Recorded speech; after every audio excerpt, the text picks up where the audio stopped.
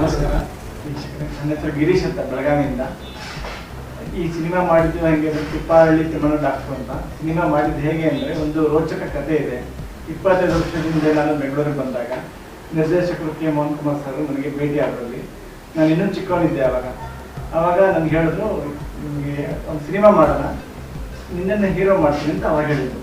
25 ವರ್ಷದಿಂದ ನನ್ನ ಹೀರೋ ಮಾಡಿದ್ರೆ ನಾನು ನಿಮಗೆ ಡೈರೆಕ್ಷನ್ ಕೊಡ್ತೀನಿ ಅಂತ ಹೇಳಿದ್ದೆ.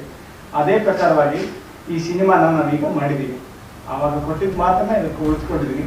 ಸಿನಿಮಾನ ನಾವು ಮೈಸೂರು ರೋಡು, ಹಂದಲಗೆರೆ, ರಾಮನಗರ ಅಲ್ಲಿ ಶೂಟಿಂಗ್ ಮಾಡಿದ್ದೀವಿ. 3 ಸಾಂಗ್ ಇದೆ, ಒಳ್ಳೆ ಸಾಹಿತ್ಯ ಇದೆ. ಒಂದು ಸಾಂಗಿಗೆ ರಾಜೇಶ್ ಕೃಷ್ಣನ್ ಸರ್ ಅವರು ಮ್ಯೂಸಿಕ್ ಮಾಡಿದ್ದಾರೆ, ಹಾಡಿದ್ದಾರೆ.